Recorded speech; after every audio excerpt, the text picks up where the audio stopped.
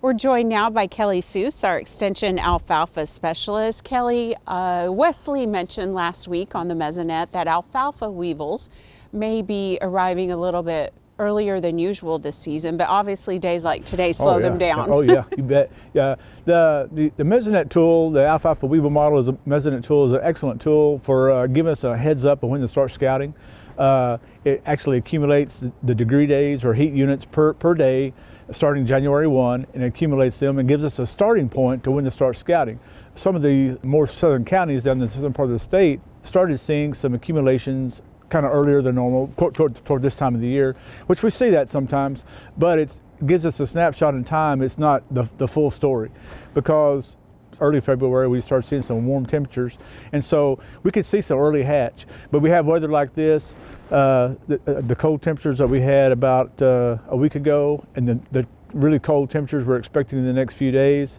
We can see a lot of damage and some control with those insects during that time frame. We could even see, even if the small larva, eggs hatch, the larva comes out, barrels down into the plant, we can still, when we get to single digits and even less than zero, minus zero, we can see some mortality there. And so this is kind of expected. We see this up and down trend, you know, where the numbers get out there, and we think we've got to go out there and start scouting. And it's a good idea to be aware and see what's going on, but then we have weather events like this, and it kind of puts everything in perspective. Sure, these temperature swings. So as we get on into March and things level out a little bit in terms of our temperatures, will we see some increased activity then? We normally see our peak somewhere, depending on the part of the state, sometime between mid-March and mid-April. And so if the trends continue and say we get through all these bad weather events and cold weather events, generally what we see is a moderate trend for extended period of time. So in the next week or two, when we start seeing temperatures get up close to 70 or above, we'll probably start seeing some adult activity. And so eggs will be laid, and within a couple of days, those eggs will hatch. And so, but based on the life cycle of the insect itself, we could see some damage start to occur within about 2 weeks. And so if the weather conditions warrant that and they're optimum, we could start seeing some in that mid-March to late March timeframe. So what are the control options that producers have, and what's kind of the ideal time to activate those, if you will?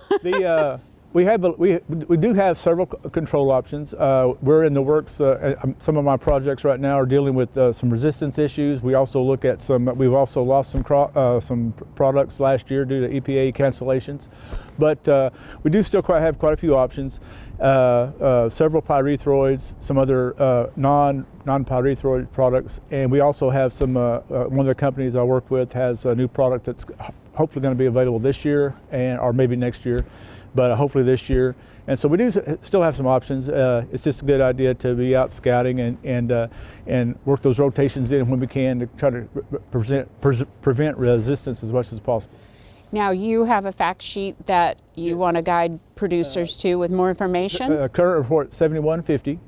It tells us managing forage insects in alfalfa, and it lists all the labeled products for that crop. Okay, great information, Kelly. Keep us posted on how the spring goes. Thanks a lot. And for a link to the fact sheet Kelly mentioned, go to sunuptokstate.edu.